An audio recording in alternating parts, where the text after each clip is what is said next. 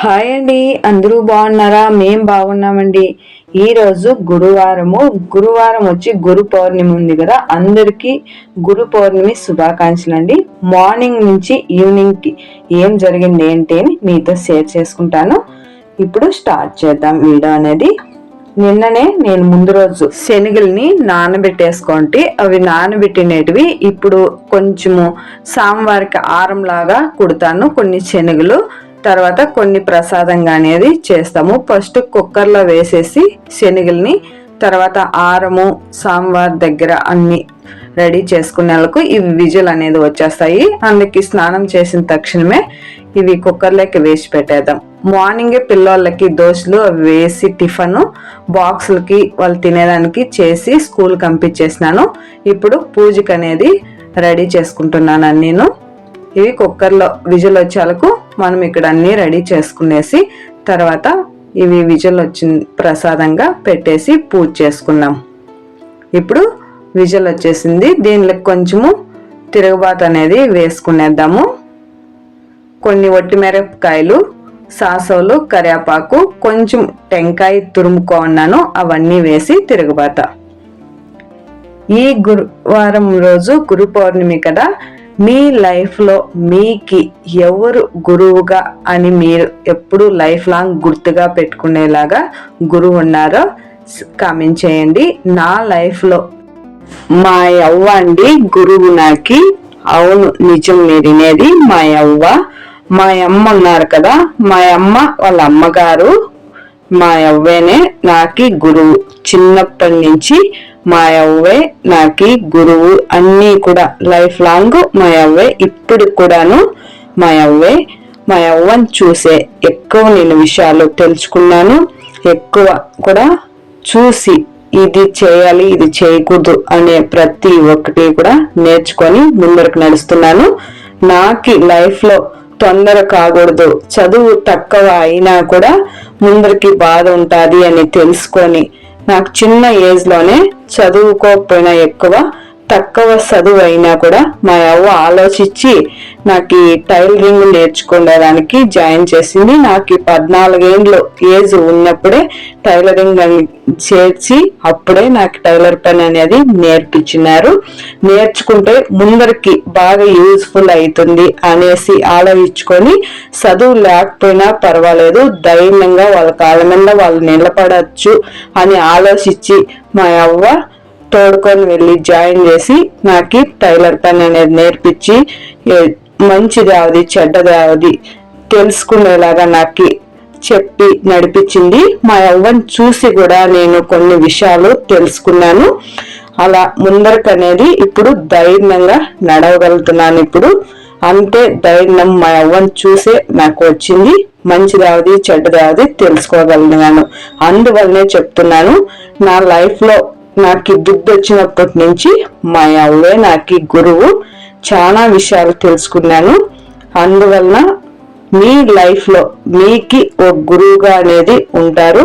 ఎవరు ఉన్నారా అనేది ఒక తూరి ఆలోచించుకొని గురువుగా తెలుసుకుంటే బాగుంటుంది. వాళ్ళకి గురు పౌర్ణమి ఉంది కదా, ఆ రోజు వాళ్ళకి నమస్కరించుకుంటే వాళ్ళని తలుసుకున్నా కూడా దేవుణ్ణి తలుసుకున్నంత ఫలితం అనేది దక్కుతుంది.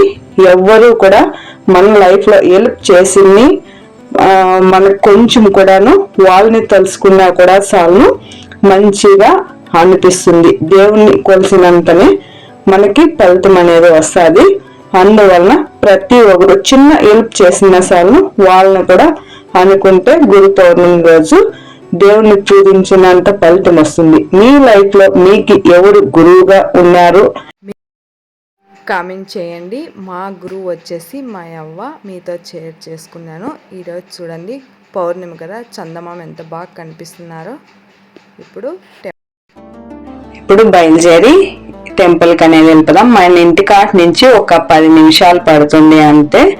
పొగలే వెళ్దాము అనుకుంటే పిల్లలు కాలేజీకి నితిన్ స్కూల్కి వెళ్ళిపోయినారు, అందువలన వెళ్ళే కాలేదు. సరే, షాప్ లో కూడా నాకు ఎక్కువ వర్క్ ఉంది, కస్టమర్ కి బ్లౌజులు కూడా ఇచ్చేటి ఉంది అర్జెంట్ గా. అందువల్ల ఈవినింగ్ వెళ్దాంలే సరిపోతుంది. మార్నింగ్ కంటే ఈవినింగ్ అయితే కొంచెం పిల్లలు ఉంటారు, మేము అందరూ వెళ్ళి ఒకే టైంలో చూసుకురావచ్చు అనేసి ఈవినింగ్ అనేది వెళ్తుంది. ఈవినింగ్ వచ్చి 8:30కి వెళ్ళాము. 8:30కి వెళ్ళాను, ఫుల్ రష్ ఉన్నింది. అస్సలు మేము 8:30కి వెళ్తే ఒక 1.5 hour క్యూలోనే సరిపోయింది. మనము ప్రసాదానికి కూడా అమౌంట్ అనేది ఇచ్చేస్తుంది. ఎప్పుడు నేను ప్రసాదానికి ముందు రోజే తీసుకొని వెళ్ళి ఇస్తాను. గోధుమ పిండి అలా మన శక్తి కొద్ది మనం ఏమి ఇవ్వాలో, మనకి యావది ఇచ్చేకైతుందో అది ఇస్తే కూడా చాలును, ప్రసాదంగా తీసుకుంటారు. అక్కడ అమౌంట్ కూడా మనకి శక్తి ఇవ్వచ్చు, ఎక్కువ తక్కువ అని లేదు. మనకి ఎంత అవుతుందో అంత ఇస్తే చాలును. అలా ఇచ్చిన వాళ్ళకి ప్రసాదానికి అమౌంట్ ఇస్తారు కదా, వాళ్ళకి ఒక సైడ్ అనేది అనిపిస్తారు క్యూ. టికెట్ ఏమి తీసుకునే పని లేదు. బిఏపి టికెట్ అలాంటివి ఉంటాయి కదా, అలా ఏమీ లేదు. మనం ప్రసాదానికి అమౌంట్ అనేది మన శక్తి కొట్టి ఇవ్వచ్చు, ఇంత అని లేదు. అలా ఇచ్చినా కూడా ఒక సైడ్ అనిపిస్తారు. మామూలుగా ఫ్రీగా ఒక సైడ్ అనేది వెళ్తారు. మనము ఒక సైడ్ వెళ్ళినా కూడాను అంత టైం పట్టింది. ఇంకా మామూలుగా వెళ్తాం కదా, ఏమి టికెట్ ఏం లేకుండా, వాళ్ళకి ఇంకా ఒక 2 hours పైనే పట్టింది. ఇప్పుడు స్వామివారిని చూసేయండి. అందరూ బాగుండాలి, అందులో నేను ఉండాలనేది ఎప్పుడు నా కోరిక. నేను అదేనే కోరేది. అందరూ బాగుంటేనే కదా మనము బాగుండేది. మెయిన్ మనం అది గుర్తు పెట్టుకొని అందరూ బాగుండాలని కోరుకుంటే బాగుంటుంది ఎప్పుడు కూడాను. ఇక్కడ స్వామివారిని దర్శించుకునేసి, ఇక్కడ సంతోషి మాత ఉన్నారు, అక్కడికి వెళ్ళి సంతోషి మాత అమ్మవారిని చూస్తాం. ఇక్కడ వచ్చేసి శివుని టెంపుల్ కూడా ఉంది పక్కలోనే. సంతోషి మాత, సాయిబాబా ఈ మూడును ఒకే తన ఉన్నాయి. ఇప్పుడు ఎంకం టెంపుల్ కూడా కడుతున్నారు, అక్కడనే ఒకే ప్లేస్ లో ఇవన్నీ ఉంటాయి. ఇక్కడ కూడా అమ్మవారి పాదాలు ఉన్నాయి, చూడండి ఫ్రెండ్స్. అమ్మవారి పాదాలు నమస్కరించుకొని, ఇక్కడ అద్దంలో కూడా అమ్మవారు ఉన్నారు చూడండి. ఇక్కడ బాగా పూజ చేస్తారు సంతోషమాతకి. ఇంకా ప్రసాదాలకు అనేది వచ్చేస్తుంది. ఎప్పుడు ప్రసాదాలు 3 ఏళ్ళ నుంచి చూస్తున్నాను. నైట్ లో ఎప్పుడూను జొన్నలు ఉంటాయి కదా, తెల్లవి జొన్నలు, ఆ జొన్న రొట్టెలు అనేది చేస్తారు.